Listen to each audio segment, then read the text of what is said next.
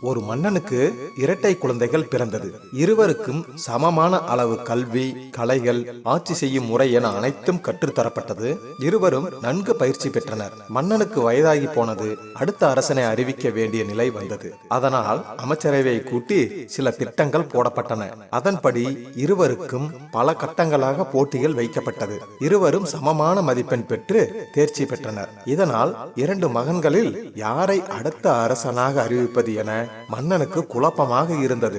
இந்த குழப்பத்தை தீர்ப்பதற்காக அரசன் ஒரு ஞானியை பார்க்க போனார். அந்த ஞானி அரசனிடம், நாளை உங்கள் மகன்களை அழைத்து வாருங்கள் என்று சொன்னார். மறுநாள் இரண்டு பேரும் ஞானியின் வீட்டுக்கு அனுப்பி வைக்கப்பட்டனர். இருவரையும் வீட்டு திண்ணையில் உட்கார சொல்லிவிட்டு ஒவ்வொரு ஆளாக போய் பக்கத்தில் இருக்கிற கிணற்றில் குளித்துவிட்டு வாருங்கள் என அனுப்பினார்.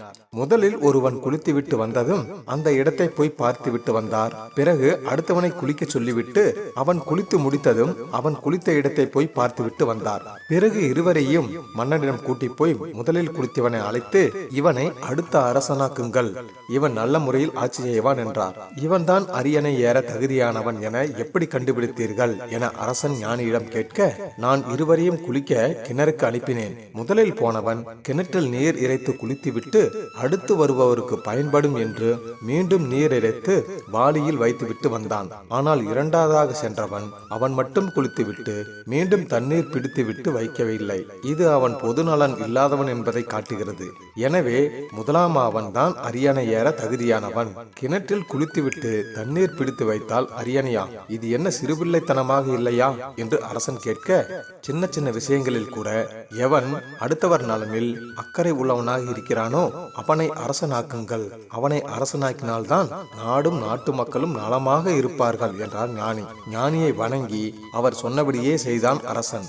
நெருங்கிய தோழிகள் இருவர் தங்களது எதிர்காலம் குறித்து அறிய ஒரு முனிவரை பார்க்க செல்கிறார்கள். முனிவர் சொல்கிறார், நீங்கள் இப்படியே தென் திசை நோக்கி சென்றால் உங்களுக்கு 65 கிலோ எடையுள்ள புதையல் கிடைக்கும் என்கிறார். தோழிகள் இருவரும் பேசியவாறே நடந்து செல்கிறார்கள். சிறிது தூரம் சென்றவுடன் ஒரு பெண் ஒரு சிறு மூட்டையை பார்க்கிறாள்.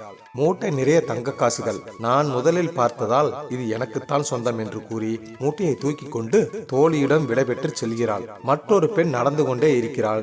அரண்மனை வழியாக செல்லும் போது அரண்மனை முற்றத்தில் இருந்து அவளை பார்த்த இளவரசன் அவளது அழகில் மயங்கி அவளை திருமணம் செய்கிறான். அவள் அந்நாட்டு இளவரசியாக மாறுகிறாள். இதில் என்ன ஒற்றுமை என்றால், முனிவர் கூறியபடி அந்த தங்க காசு மூட்டையின் எடை 65 கிலோ, இளவரசனின் எடை 65 கிலோ. 65 கிலோ எடையுள்ள புதையல் கிடைக்கும் என்பது விதி. நாட்டில் மிகப்பெரிய செல்வந்தனாக இருக்க போகிறோமோ அல்லது அந்த நாட்டை ஆளப் போகிறோமா என்பது நம் கையில் தான் உள்ளது. ஒரு பெண்ணுக்கு கிடைத்துவிட்டது, இனி நமக்கு ஒன்றும் கிடைக்காது என்று மற்றொரு பெண் திரும்பி வீட்டுக்கு வந்திருந்தால் அவள் நாட்டின் இளவரசி ஆகியிருக்க முடியாது. விடாமுயற்சியுடன் தொடர்ந்து சென்று பார்ப்போமே என்ற நம்பிக்கையுடன் நடந்து சென்றதால் தான் இளவரசனின் பார்வையில் பட்டு நாட்டை ஆளும் இளவரசியாக மாறினாள். இப்படித்தான் நமது வாழ்க்கையின் வெற்றியும் தோல்வியும் நமது கைகளில். அந்த மன்னன் ஒரு மாவீரன். ஒரு முறை போரில் தோல்வி ஏற்பட்டு எதிரிகளிடம் சிக்கிக் கொண்டார். தோல்வி அடைந்த மன்னனை கைது செய்யப்பட்டு தனிச்சிறையில் தனிமையில் அடைத்தனர். சிறையில் மன உளைச்சலில் அவரின் கடைசி காலம் கழிந்தது. அவரை பார்க்க வந்த அவரின் நண்பர் ஒருவர் அவரிடம் ஒரு சதுரங்க அட்டையை கொடுத்து, இது உங்களின் சிந்தனையை செயல்பட வைக்கும், தனிமையை போக்கும் என்று கூறி அவரிடம் கொடுத்தார். ஆனால் சிறைப்படுத்தி விட்டார்களே என்ற மன உளைச்சலில் இருந்த மன்னருக்கு சிந்தனை செயல்படாமல் அதன் மீது கவனம் போகவில்லை. சிறிது காலத்தில் அந்த மன்னன் இறந்தும் போனார். சில நாள் கழித்து சிறையில் இருந்த அவருடைய உடைமைகளை சுத்தம் செய்த போது அதில் இருந்த சதுரங்க அட்டையின் நடுப்பக்கத்தில் சிறிய அளவில் ஒரு குறிப்பு இருந்தது கண்டுபிடிக்கப்பட்டது. அதில் அந்த சிறைச்சாலையில் இருந்து தப்பிப்பதற்கான வழியை அந்த குறிப்பு சொல்லி இருந்தது. ஆனால் அவரின் மன உளைச்சலும் பதட்டமும் அவரின் சிந்தனையை செயல்படாமல் ஆக்கி வைத்து அவரின் தப்பிக்கும் வழியை மூடி மறைத்தது.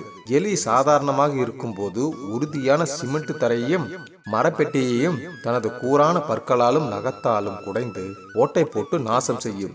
அதே எலி அதற்கான வைக்கப்பட்ட மரப்பொறியில் சிக்கிக் கொண்டால் அதற்கு ஏற்படும் மன உளைச்சலாலும் பதட்டத்தாலும் எப்படி தப்பிக்கலாம் என்ற பயத்தில் அங்கும் இங்கும் அலையுமே தவிர மற்ற மரப்பொருட்களை ஓட்டை போட்டது போல இம்மரப்பொறியையும் ஓட்டை போட்டு வெளியே சென்று விடலாம் என யோசிக்கவே யோசிக்காது. ஆமாம், இப்படி யோசித்தால் அதிகபட்சம் 5 நிமிடத்தில் பொறியே ஓட்டை போட்டு வெளியேறிவிடும்.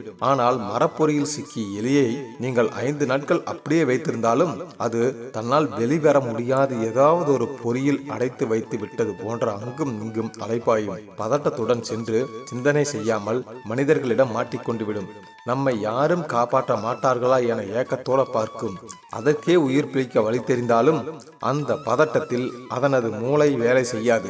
மாவீரனானாலும் சரி, சிறிய எலியானாலும் சரி, பதட்டமும் மன உளைச்சலும் அவர்களின் சிந்தனையை செயல்படாமல் வைத்து முன்னேற்றத்திற்கான வழியை அடைத்துவிடும். மனிதனும் பல நேரத்தில் இப்படித்தான் பல பிரச்சனைகளில் இருந்து வெளியே வர தெரிந்தும் பொறுமை இல்லாதால் தனது வாழ்க்கையை துறக்கிறான். இன்னும் நிறைய கதைகளை பார்க்கலாம். லைக் பண்ணுங்க, கமெண்ட் பண்ணுங்க, ஷேர் பண்ணுங்க, மறக்காம சப்ஸ்கிரைப் பண்ணுங்க. நன்றி நண்பர்களே.